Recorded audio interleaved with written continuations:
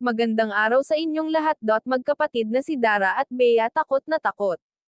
Pero bago natin ipagpatuloy yan, huwag natin kalimutan suportahan ang ama ng Kalingap na si Val Santos Matubang at ang ating mga reactions. Takot na takot ang magkapatid sa nangyari sa kanila. Habang tulog daw silang magkapatid nung hating gabi, may bigla na lang daw may tumutulak ng kanilang pinto. Tinatanong pangaraw niya kung sino ang tao pero wala daw sumasagot, panay lang daw ang tulak sa pinto nila. Kaya naisipan daw niya mag-chat kay David at sinabi niya na may tumutulak ng pinto nila. Sumigaw pangaraw siya sa malayong kapitbahay pero hindi daw yata siya naririnig. Agad naman itong nalaman ni Kalingap Rob kaya pumunta agad siya sa bahay ni Dara. Naabutan nga niya itong nagwawalis sa labas ng bahay nila. Tinanong nga ni Kalingap Rob kung anong nangyari, ipinaliwanag nga ni Dara ang nangyari sa kanila.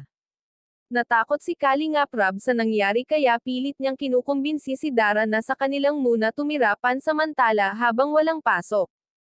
At para makatulog si Dara ng maayos kasi puyat talaga si Dara at hindi na siya nakakatulog. Para makatulog ng maayos dinala ni Kalingap Rob ang magkapatid.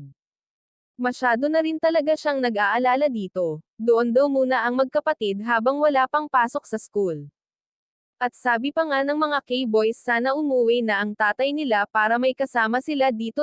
Ang problema hindi na nga raw nakukontak ang tatay ni Dara at ito nga raw ay nasa bundok, kaya hindi tuloy malaman ni Kalingap Rob ang gagawin sa magkapatid. Buti na lang nalagyan nila ang pinto ng kadena at padlock. Iyon din kasi ang request ng mga viewers, ang lagyan ng padlock ang pinto nila, kaya nga nagpasalamat si Kalingap Rob sa mga viewers. Hanggang dito na lang mga ka-viewers, maraming salamat at God bless.